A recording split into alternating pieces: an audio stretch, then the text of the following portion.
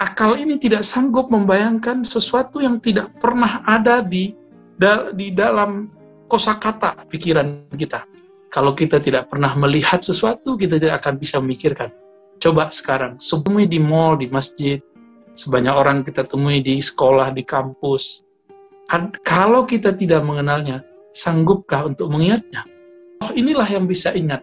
Tapi dia ingat bukan dengan rupa. Dia ingat bukan dengan warna. Dia ingat bukan dengan tempat. Dia ingat dengan rasa. Tapi rasa di situ beda dengan rasa yang ada di lidah.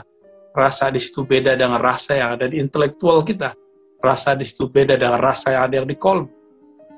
Kalau kita rindu seseorang, karena kita memang kenal dia, kita ingin bersamanya. Kita mengenang keindahan wajahnya. Kita mengenang kehalusan budi pekertinya. Tapi kita secara fisik tidak pernah bertemu Allah. Maka hilangkanlah peran fisik ini. Nolkanlah diri kita yang fisik ini. Akan dominan sisi diri kita yang batin. Di saat itulah baru seorang hamba disebut berzikir kepada Allah. Apa beda jalal dengan ikram, sahabat-sahabat Allah?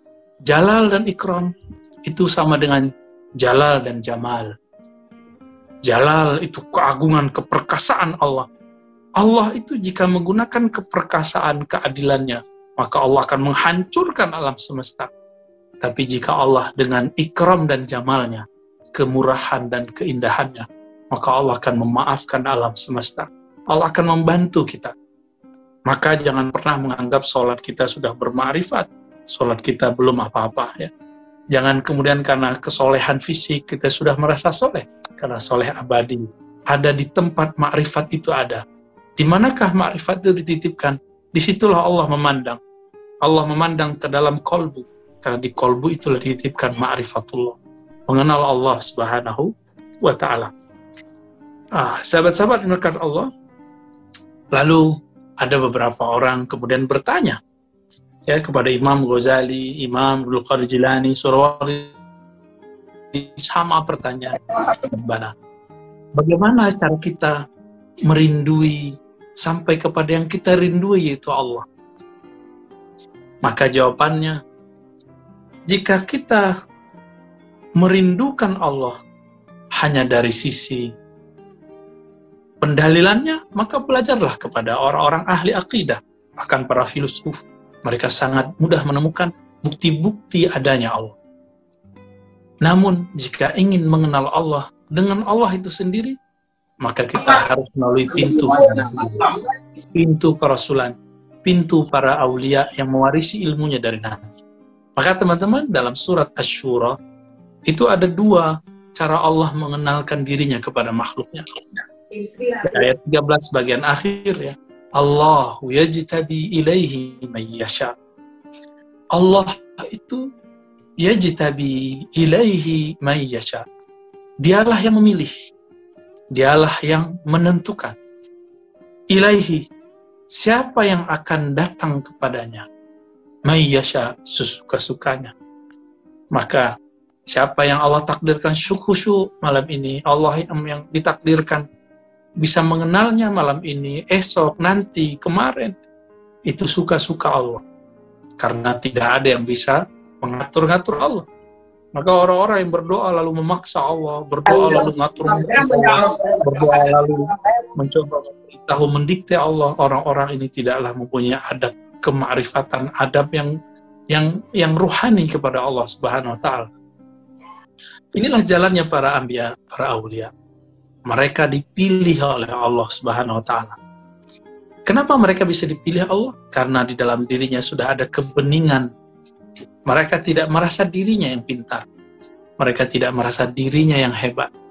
Inilah para nabi, inilah para wali. Ilaihi may yunib, dan memberi hidayah kepadanya siapa yang yunib, siapa yang datang dengan ketaatan kepadanya.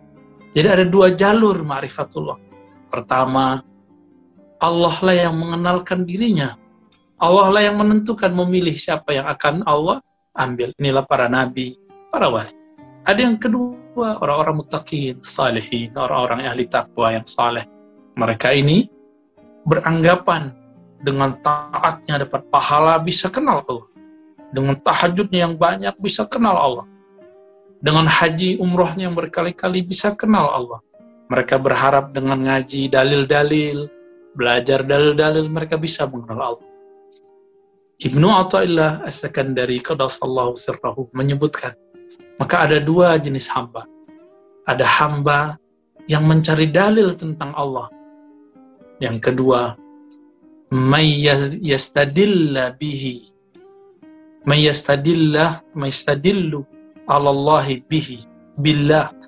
Ada orang yang mencari dalil tentang Allah dengan menemukan Allah itu sendiri. Itu bagaimana caranya? Nah, inilah perbedaan jalan ahli zikir, ahli rohani, ahli ma'rifat dengan orang-orang yang ahli intelektual, ahli spiritual, ahli rohani. Mereka mengenal Allah dengan menemukan peran-peran sisi yang ada di dalam dirinya yang langsung berkoneksi dengan Allah. Sedangkan ahli-ahli intelektual, mereka mencari bukti dalil, indeks ayat, kemudian meneliti kebesaran-kebesaran alam semesta, sehingga menemukan pendalilan, hujjah, burhan, bukti-bukti bahwa Allah memang ada, Allah memang eksis. Dua-duanya mencari, tapi berbeda. Yang pertama, dia mencari dengan cara menolkan dirinya, menganggap dirinya bodoh, menganggap dirinya tidak sanggup. Bagaimana kita sanggup mengenal Allah? Allah mengatakan dalam surat Syura, mundur dari ayat 13 kepada ayat 11. Laisa kamitslihi syai'. Begitu juga surat Al-An'am, la tudrikuhul absar. Dia tiada yang serupa dengannya.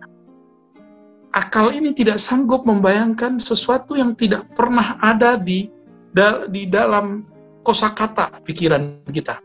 Kalau kita tidak pernah melihat sesuatu, kita tidak akan bisa memikirkan.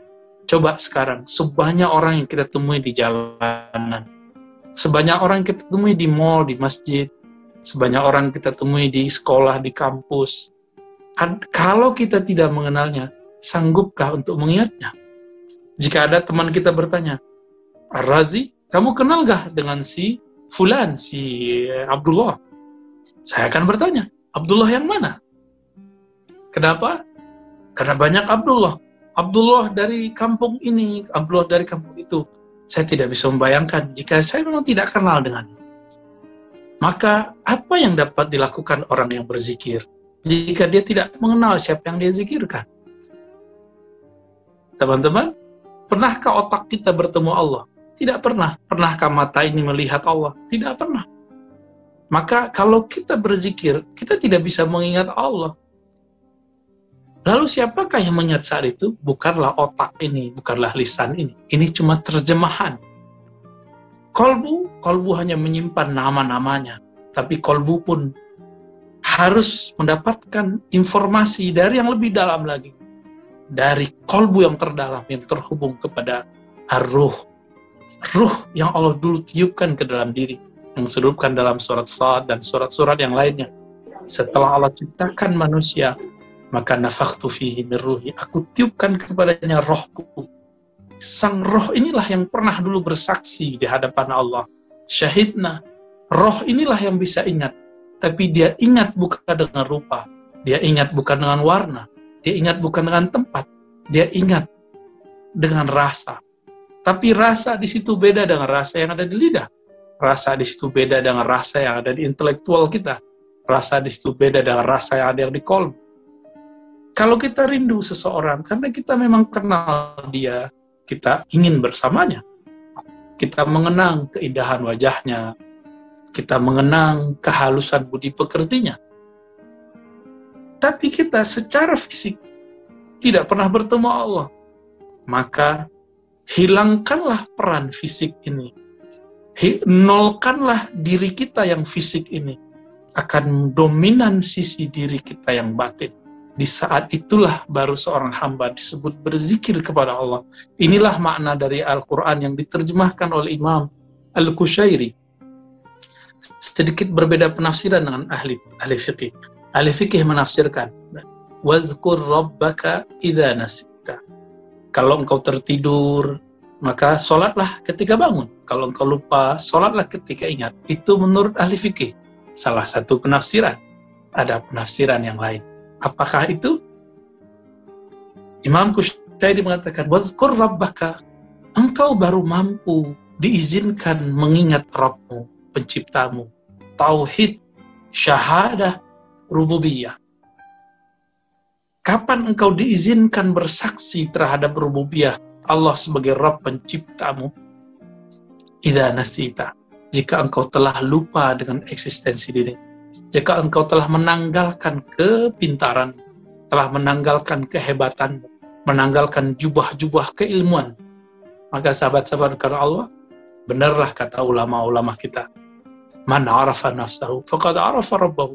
Siapa yang kenal dirinya, kenal Rabbnya.